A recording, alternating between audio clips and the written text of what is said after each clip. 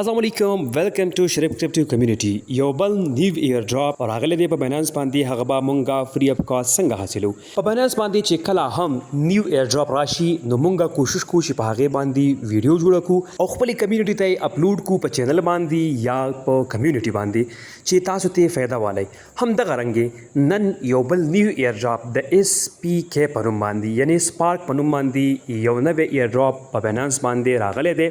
ډیر زر دی چې دا به لانچ کیږي نو تاسو کولی شئ چې د دې نه فایده والی د چا سره